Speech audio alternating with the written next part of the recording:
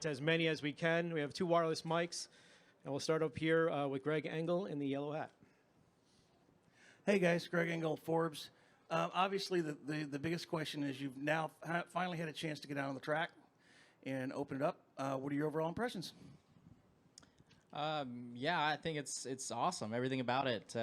You staging outside, driving through the tunnel, getting out there. It all kind of has that grassroots feel to it a little bit. So I feel like NASCAR did an amazing job with the racetrack and just so far everything. I don't really have any comments of concern. So I think that's something good because like a lot of time us drivers think we're way smarter than NASCAR and we could have did a better job than them with whatever they were doing. So hats off to NASCAR and what they've done to build a racetrack here. So I look forward to the rest of the weekend, and I know it's going to be a great event. I completely agree. I don't have anything else to add. I think they did a nice job, and great scene. I mean, obviously we're sitting up here. This is a great view. I'm not sure we could ask for much more. So really nice work. The job putting the racetrack together. Everything's super nice and well done, and props to everybody involved. Go to Mike. Mike Hembry, Auto Week. Drivers seem to be approaching the rumble strips differently. Can you talk about that? Can you cross those during the race, or part of them, or how's that going to work? Yeah, I mean, I think Chase and I were kind of talking in the elevator. I think NASCAR accidentally probably stumbled across something pretty good because, I feel like you can use it to get position on people or use it to get in their mirror a little bit to upset them in front of you to be able to get inside of them for the next corner. So, like when you think of Martinsville, they have the curb there, and you can only get as low as the curb. But here, I feel like it's a little bit faster to be, just above it or just touching the rumble strips. But if you need to get down there, you can. So I think it's good. And yes, I think we were all probably playing around with it a little bit as each practice session went on. Zach. Zach Sterniel with Front Stretch. Kyle, you mentioned a grassroots feel. As much as everything's new here and this is a whole new event, and we're in the next gen era now, do you feel that kind of like old school feel here too? Because we've got the garage and the parking lot. You guys are going onto the street to get into the racetrack for practice. What's that feeling like between kind of old school and new school today? Well, I don't know. I can't speak of old school, but I can kind of speak of, like, I've ran the Gateway Dirt Nationals in St. Louis, and it's similar to this, or when I ran the Indy midget race when they had that at the basketball arena. Similar, the logistics of you have to drive outside the building to get fuel and then come back in and get in line and stuff like that, and it's a long hike to the grandstands if you wanted to go watch, stuff like that. So I don't know about old school, but maybe a little bit of a throwback, I guess, to like our K&N days when we're pitting out from behind our trailer and stuff like that. Lewis. Yeah, Louis Frank here, Reuters. Especially for you, Kyle, because you're running a lot of short tracks. Any surprises today for either, but you run a lot of short tracks? I would say the only really surprise to me was just the amount of grip it has. I thought it was going to take till the end of practice till we got some grip, but I felt like it only took a few minutes of each session to feel like you had some grip, and especially the grip on exit I thought was really good, and you could mat the throttle fine and get good grip down the straightaways. So that was honestly probably the only thing surprising me, and the flow of practice was just really fast too, so it's kind of hectic. We'll go Jerry and then down the line. Jerry Jordan, kickingthetires.net. Guys, it's been a long off season and a lot of stuff with to testing the cars. Are you guys happy to be back right here? Are you guys happy to be back in the cars, and are y'all what are y'all anticipating going forward? This weekend y'all be racing for the Clash, but next weekend we go to Daytona and things really kick off. Go ahead. I've been talking a lot. You go ahead. Good. Keep talking. I don't know. For me, it's just good to be back going. I feel like and I think we probably all were kind of getting to the point with the Clash, in Daytona. It was like, God, we need to do something. That race, kind of was just going on. I feel like to go on, and it added a week of being in Daytona, and I feel like it kind of was becoming all for what, like let's make it exciting. And wherever this idea originated, obviously, when this was first drawn up, I'm sure there was a lot of people that probably didn't think it was possible, but I feel like it's added a lot of excitement. It's given our television partners something to promote differently than just us being at Daytona for another week, and also gives us an opportunity to not only have more eyes on this event, which is good, but also be able to promote the Daytona 500 through this event, which, in my opinion, are two probably fairly major wins for everybody sitting here and that travel across the country doing this deal. Reed, you can just shout out your question. You're close enough if you need. Go ahead, Reed. You can just shout it out. Chase, you were fastest in practice, turned the fastest lap in the last session. How much room do you think there is for more speed in the car from what you found already? Yeah, definitely. I felt like we could be better for sure, and I think to Kyle's point, the track does kind of change a little bit as you run. You gain some grip, and seems like everybody goes a little faster, the longer you run into a session. So that was interesting, but we were able to go through the things we wanted to change session to session, and then now we just needed to decide where we want to land.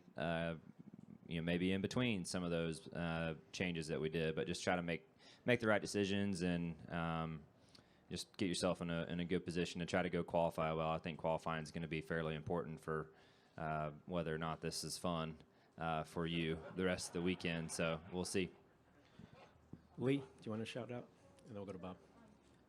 I was wanted to kind of follow up on that. I saw some guys using their bumpers to move guys out of the way, and I'm just wondering, with this new car, how forgiving is it to make that kind of contact? And if you were on the receiving end, how easy was it to get your car back going if either one of you experienced that during the session? I don't remember getting hit or hitting anybody yet. Yeah, and same with me. I haven't yet, but it looks like on TV it seems the same as before. Yeah, like a Martinsville type impact. It's looked a lot like that, but again, I'm not 100% sure. Bob? Oh yeah. I could see that coming to life. Yeah.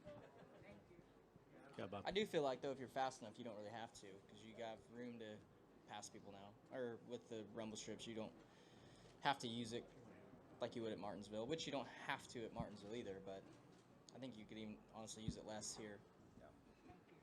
I may have missed this, but what speeds did you reach during your practice sessions, and what speeds do you expect to reach tomorrow during the race?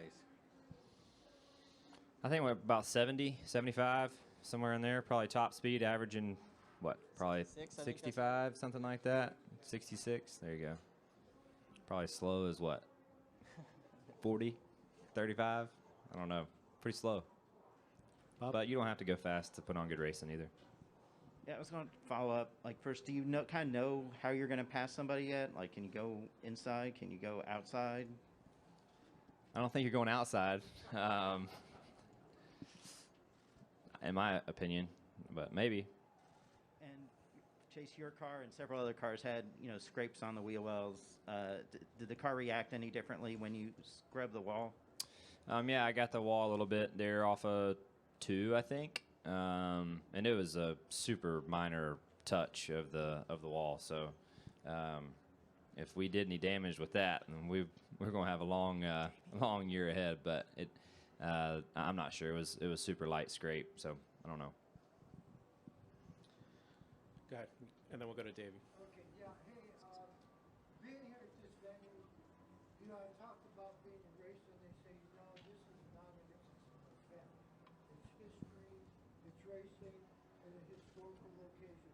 What are you feeling about that, being a racer out there on this track? I think we all want to be a part of an event. I don't think any race is a race without it being an event. So I think this is going to be an awesome event, show, whatever you want to call it, with the concerts and stuff, and just the atmosphere of the crowd here and the close racing and stuff. So we want to see our sport grow. So I think we're all excited to be here and excited to be a part of the event. Davey? Hey guys, you guys have obviously competed in a lot of big events, as he mentioned, in your guys' last couple of years in your careers.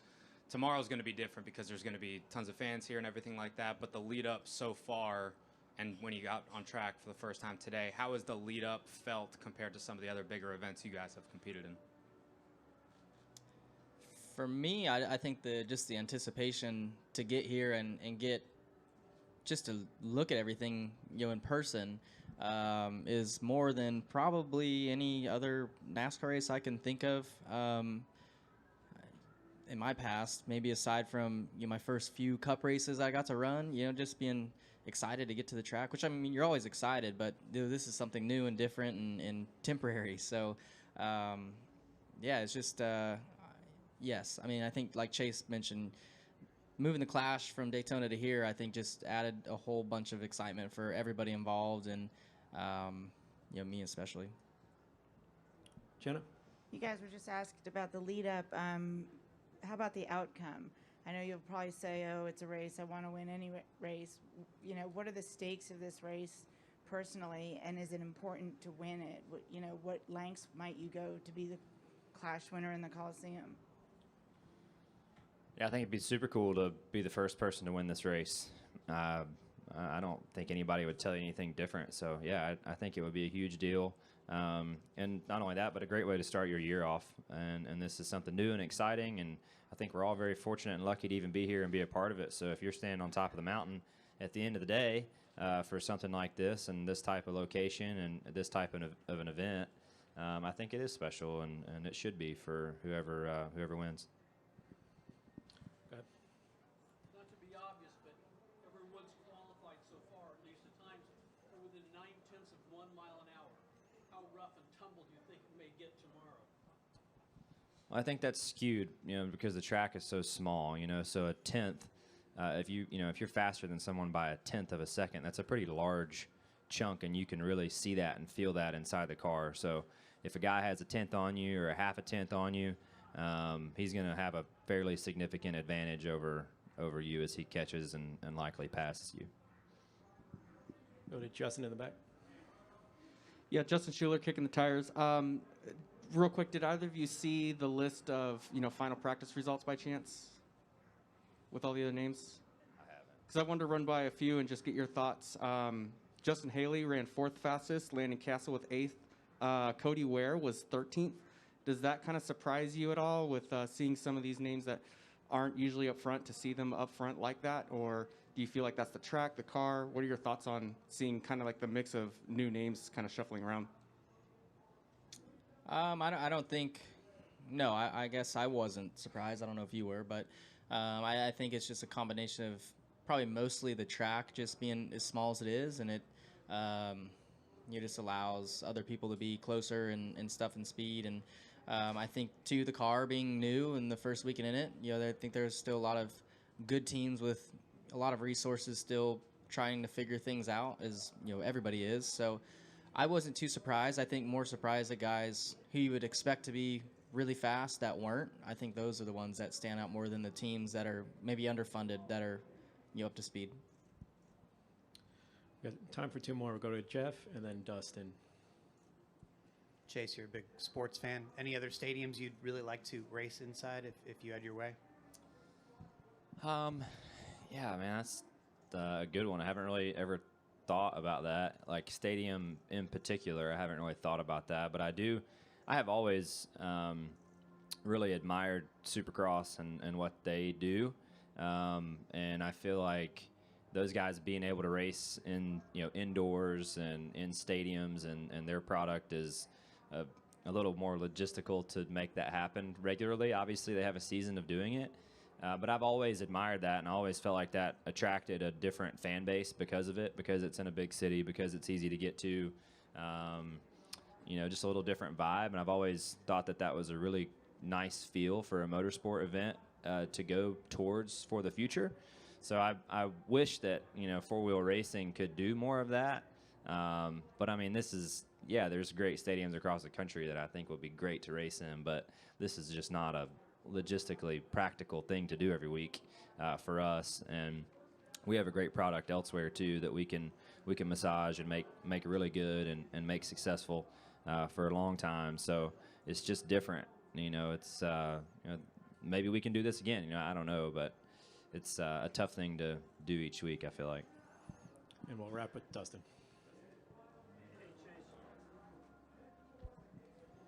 Chase, you've been to some sporting events and some major events. Obviously, there is a fan experience at the NASCAR event, but it's also a little bit different from some of these other events. And you see, this weekend with the concerts and things like that, how much more of that can be incorporated, or does the sport need to look at, and what that can mean from a fan perspective, and how you view it also as a competitor?